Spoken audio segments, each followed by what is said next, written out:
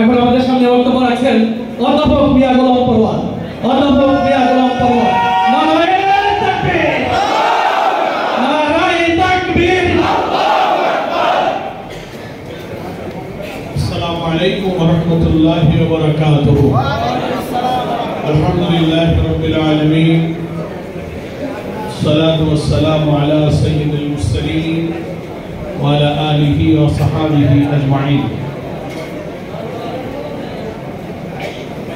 ঢাকাস্থ বরিশাল ফোরামের উদ্যোগে আয়োজিত মাহে রমজানের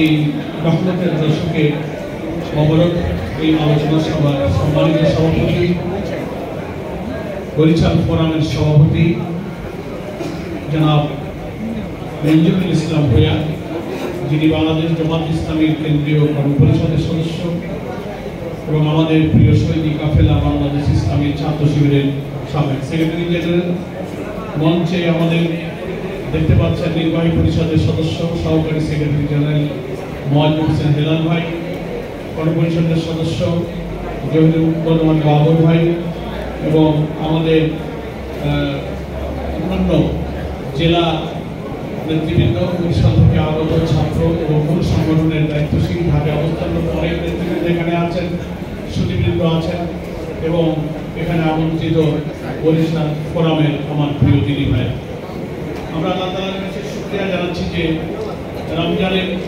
এই আলোচনা এবং ইফতার মাহফিল উপলক্ষে ঢাকায় যারা আমরা অন্তত বরিশালবাসী বসবাস করছি, সকলে সুযোগ না হলেও এই আমন্ত্রণে সাড়া দিয়ে কিছু লোক অন্তত এখানে উপস্থিত হয়ে পরস্পরের একটু দেখা সাক্ষাৎ দোয়া বিনিময়ে একটা বক্তব্যপূর্ণ মজলিসে আমরা হাজির হতে পেরেছি।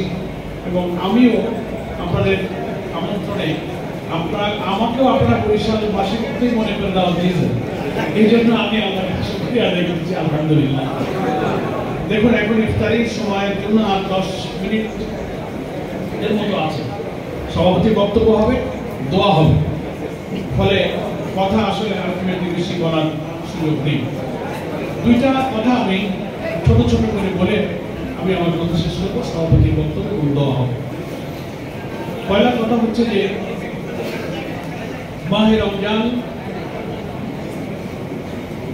তারপরে সালাত, হজ, যাকাত, নানান যে সমস্ত ইবাদত এগুলো আল্লাহ ফরজ করেছে, প্রত্যেকটা ইবাদত ফরজ করার একটা আলটিমেট টার্গেট আছে। আল্লাহ ঠিক কথা বলেন, কোরআন মজিদেও সেটা বলেছেন। সালাতকে কেন ফরজ করা হয়েছে, সিয়ামকে কেন ফরজ করা হয়েছে, হজকে কেন ফরজ করা হয়েছে, প্রত্যেকটি ইবাদতের ফরজ করার একটা মূল উদ্দেশ্য আছে, এবং সব উদ্দেশ্যগুলো কিন্তু একটা বিষয়কে নিয়ে সেন্ট্রালাইজ করা হয়েছে, কেন্দ্রীভূত করা হয়েছে। সেটা হচ্ছে মানুষ যেন তার 24 ঘন্টার জীবনে আল্লাহ তাআলাকে মেনে, আল্লাহকে ভয় করে, আল্লাহর দাসত্ব, আল্লাহর গোলামির মধ্য দিয়ে যেন পূর্ণ জীবনটা অতিবাহিত করে। সেজন্যই সালাত, সিয়াম, হজ, যাকাত থেকে আল্লাহ তাআলা মানুষকে আল্লাহর গোলামির একটা যোগ্যতা, একটা অনুভূতি, একটা চরিত্র, একটা আখলাক, একটা নৈতিকতা তৈরি করার জন্য আল্লাহ এই সব ইবাদত কেন ফরজ করেছে। তো সেরকম একটা ইবাদত হচ্ছে সিয়াম। স্পেশালি সিয়ামের ব্যাপারে আল্লাহ তাআলা এটা ফরজ করার উদ্দেশ্য বলেছেন লাআল্লাকুম তাত্তাকুন। আশা করা যায় রোজা রেখে তোমরা তাকওয়ার গুণ অর্জন করতে পারবে। তাহলে আমরা খুব সহজে বুঝলাম যে তাকওয়া অর্জন করাই হচ্ছে এটা ফরজ করার উদ্দেশ্য। তো সেই তাকওয়ার অর্থ আমরা সবাই বুঝি, ইসলামী আন্দোলন করি, আল্লাহকে ভয় করা। ইত্তাকা ওয়া কা, দুইটা শব্দ সংযুক্ত হয়ে তাকওয়া কথাটা এসেছে আরবি পরিভাষায়। ইত্তাকা হচ্ছে ভয় করা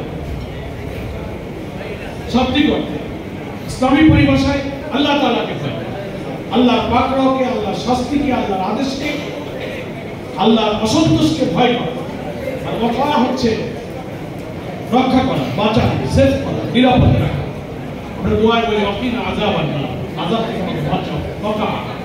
ওয়াকা ইত্তাকা মিলে হয়েছে তাকওয়া। তার অর্থ হলো দুনিয়ার জীবনে আল্লাহ তাআলার কাছে জবাবদিহিকে ভয় করে, আল্লাহর শাস্তি, আল্লাহর পাকড়াও, আল্লাহর অসন্তোষ থেকে ভয় করে, আল্লাহর সমস্ত নিষিদ্ধ কাজ থেকে নিজেকে বাঁচিয়ে রাখার যে নৈতিক চরিত্র, যে মোরাল পাওয়ার, যে মোরালিটি, এটা শক্তিটার নাম হচ্ছে তাকওয়া। রোজা আমাকে সেই তাকওয়া, সেই চরিত্র আমাকে অর্জন করতে সাহায্য করে। এটাই হচ্ছে বোঝার ব্যাপার রোজার মধ্যে এমন কি বরকা আল্লাহ রেখেছেন যে রোজা রাখলে আমার মধ্যে তাকওয়া এবং আল্লাহকে ভয় করার গুণ তৈরি হবে। মানুষ যে প্রধানতম কারণগুলোতে পাপের দিকে আকৃষ্ট হয়, রোজার মধ্যে এমন একটা তাৎপর্য আল্লাহ পাক রেখেছেন যে রোজার এই আমল যদি সে সিনসিয়ারলি করতে পারে তাহলে সেই পাপের রূপগুলোকে সে কন্ট্রোল করে নিজেকে আল্লাহর ভয়ে একটা নৈতিক শক্তি, রুহানি শক্তি চলমান করতে পারে। মানুষ পুণ্যবৃত্তির চাহিদা পূরণের জন্য যখন আল্লাহর সীমা অতিক্রম করে যায়, পৃথিবীতে তার জৈবিক চাহিদা, পুণ্যবৃত্তির চাহিদা, তার যৌন কামনা বাসনা, আরামায়েশে থাকা, সুখে স্বাচ্ছন্দ্যে থাকা, এইসব প্রবণতার কারণেই কিন্তু মানুষ যখন হালালের সীমা, আল্লাহর সীমা অতিক্রম করে যে কোনো ভাবেই হোক আমাকে পুণ্যবৃত্তির চাহিদা, অর্থনৈতিক চাহিদা পূরণ করতে হবে, আমার সেক্সুয়াল ডিমান্ডকে ফুলফিল করতে হবে, আমার আরামায়েশ, গাড়ি বাড়ি, সুখ স্বাচ্ছন্দ্য, পরিশ্রম কম করে বেশি সুখে থাকার প্রবণতা, এই তিনটা প্রবণতাকে যখন মানুষ আল্লাহ তাআলার সীমা অতিক্রম করে পূরণ করতে চায় তখন সমস্ত পাপ কাজে রূপকে সে ভুলে যায়। আল্লাহ তাআলা রোজার মধ্য দিয়ে সারাদিন অন্য 11 মাসের সমস্ত কাজ তো তার থাকবেই, এক্সট্রা রাত জাগো, তারাবি পড়ো, পরিশ্রম করো, ক্ষুধার জ্বালা সহ্য করো, পিপাসার কষ্ট সহ্য করো, বৈধ যৌন চাহিদা পূরণ করার দিনের বেলায় আল্লাহ তাআলা নির্দিষ্ট বৈধ পদ্ধতি আল্লাহ তাআলা দিনের বেলায় আল্লাহ হারাম করেছেন। খাদ্য হালাল ছিল সেটাও হারাম করেছেন। আর এক্সট্রা পরিশ্রম, রাত থেকে কিয়ামুল লাইল করো, তারাবির নামাজ পড়ো, পরিশ্রম করো, এশা পড়ো, আবার তারাবির জন্য অপেক্ষা করো, লম্বা ঘুম দিয়ে ফজরের জন্য অপেক্ষা করো। একটা 11 মাসের যে এক্সট্রা অর্ডিনারি একটা পরিশ্রম করে দেহকে কষ্ট দিয়ে আল্লাহর হুকুমকে মানতে হয়। মন চাইলেই শুধু যে কোনো অর্থনৈতিক চাহিদা, ক্ষুধার জ্বালা পূরণ করা যায় না। মন চাইলেই শুধু যৌন কামনা পূরণ করা যায় না। এক্ষেত্রে আল্লাহকে ভয় করতে হয়। এই জন্যই আল্লাহ তাআলা এই সিয়ামের মধ্যে রেখেছেন। কি বলে রেখেছেন? যে আমাদের 1 মিনিট আগে ইফতারের সময় হলে জোর করে পানি দিলে আমি পানি খাবো না। কেন খাবো না? আল্লাহ তাআলাকে ভয় করে না। আমি তো আল্লাহর আদেশ মানছি, কিন্তু আল্লাহর আদেশ মানার জন্যই আল্লাহ শিক্ষা দিচ্ছেন। ক্ষুধার জ্বালা হবে, পিপাসার কষ্ট হবে, মন খাইতে যাবে, সব খাদ্য মজুদ আছে, তুমি খেতে পারবে না, কারণ আল্লাহ তোমাকে নিষেধ করেছেন। অর্থাৎ দেহকে, মনকে, নফসকে, প্রবৃত্তিকে কষ্ট দিয়ে আল্লাহর হুকুম মানতে হয়। এই ট্রেনিং তুমি দাও, একদিন নয়, পরপর 30টা দিন এই ট্রেনিং দিয়ে তোমার নৈতিকতার উপরে, চরিত্রের উপরে, রুহানিয়াতের উপরে, খোদাকে ভয় করে আল্লাহর আদেশ মানার একটা প্রশিক্ষণ তুমি এখান থেকে গ্রহণ করো। এটাই আল্লাহ আমাকে শিক্ষা দিচ্ছে। এক্সট্রা এই তাকওয়া এমন জিনিস যে মানবীয় সত্তার মধ্যে দুটা শক্তি সবসময় মধ্যে লিপ্ত আছে। একটা হচ্ছে মানুষের রুহানিয়াত, একটা হচ্ছে নফসানিয়াত, যেটাকে আমরা বাংলায় বলি পশুত্ব, আর একটা হচ্ছে বিবেক, চরিত্র, নৈতিকতা। দেহ মনের চাহিদা হলো নফস। দেহ সুখ চায়, আরাম চায়, খাওয়া চায়, যৌন কামনা পূরণ করতে চায়, ঘুম চায়, হালাল হারামের বা বিচার করে না। কিন্তু ভালো আর মন্দ কিনা এই ফয়সালা দেওয়ার জন্য আরেকটা শক্তি আছে, সেটা হচ্ছে রুহানিয়াত, যেটা আল্লাহ তাআলা তাকে সৃষ্টিগতভাবে তার বিবেক শক্তি, ভালো মন্দ বোঝার ক্ষমতা আল্লাহ তাআলা বলেছেন। আল্লাহ যেটা কোরআনে বলেছেন, ফালহামাহা ফুজুরাহা ওয়া তাকওয়াহা, আল্লাহ তাআলা ইলহাম করেছেন প্রত্যেক ব্যক্তিকে পাপ কাজের জ্ঞান এবং তাকওয়ার জ্ঞান আল্লাহ তাআলা قد أفلح من زكاها وقد خاب من دساها। এই শক্তিকে যে বিকশিত করবে, বাড়াবে, সে সফলকাম হবে।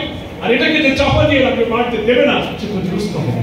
রোজা এমন একটা জিনিস যে একটা মাস পুণ্যবৃত্তির চাহিদাকে নিয়ন্ত্রণ করে, যৌন কামনাকে নিয়ন্ত্রণ করে, অতিরিক্ত পরিশ্রম করে আল্লাহ হুকুম মানার প্রশিক্ষণের মধ্য দিয়ে মানুষ তার রুহানি শক্তিকে বৃদ্ধি করে। আর পাশবিক, জৈবিক পশুত্বের ক্ষমতাকে সে নিয়ন্ত্রণ করে।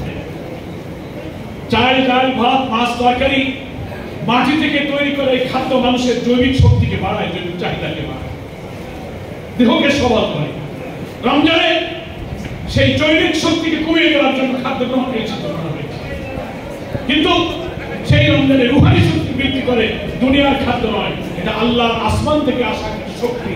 কোরআন, নেককার, সালাত, নেক লোকের সহবত, কিয়ামুল লাইল, ভালো কাজ, হারাম থেকে বাঁচা, নেক কাজ করা, এই যত আল্লাহর ওহীর মাধ্যমে, নবীর মাধ্যমে আসা আমাদের কাছে আল্লাহর যত হুকুম আসমান থেকে এসেছে, এই শক্তিগুলো যে যত আমল করবে তার রুহানি শক্তিগুলো বাড়বে। ফলে তাকওয়া মানুষের মানবতা, বিবেক, নৈতিক শক্তিকে বাড়ায়। আর পাশবিক পশুত্বের শক্তিকে অবদমিত করে তার নফসের শক্তিকে সে দুর্বল করে দেয়, রূহানি শক্তিকে বাড়িয়ে দেয়। দেখবেন রোজা রেখে সকাল থেকে খাদ্য আর পানি গ্রহণ না করায় শরীরটা দুর্বল হতে থাকে, গায়ের জোর কম মনে হয়, কিন্তু ভেতর থেকে ইমানি শক্তিটা, রূহানি শক্তিটা বাড়তে থাকে। পাপ দেখলে ঘৃণা লাগে, তেলাওয়াত, তারাবি, নামাজ, নেক কাজ, নেক চিন্তা, পড়াশোনা ইত্যাদি এবং আল্লাহ তাআলা হুকুম মানা, আল্লাহর ভয় করতে করতে চিন্তায়, চর্চায়, কাজের মধ্যে সারাক্ষণ সারাদিন আমি আল্লাহ বান্দা, আল্লাহ গোলাম, রোজা আমাকে শিক্ষা করে দেয়। প্রিয় ভাই আমার, তাই আমি যদি এই রোজা রেখে তাকওয়ার গুণ আমি অর্জন করি, এই তাকওয়া দিয়ে আমি কি করবো? এই খোদার ভয় থাকলে আল্লাহ নাফরমানি থেকে বাঁচা যাবে, আল্লাহর আদেশ মানা যাবে। কিন্তু রাষ্ট্রীয় এবং সমাজ জীবনে যদি আল্লাহর আইন এবং বিধান সর্বত্র চালনা থাকে, ব্যক্তিগত জীবনে পরহেজগার হয়ে আমি যত আলেম হই, কামেল হই, তাহাজ্জুদ গুজার হই, তাকওয়া সম্পন্ন হই, ব্যক্তিগত জীবনে অর্জিত এই তাকওয়াটুকু সিয়াম থেকে, নামাজ থেকে যে তাকওয়া অর্জন করব, তা দিয়ে একটা অংশে আল্লাহকে ভয় করা যায়।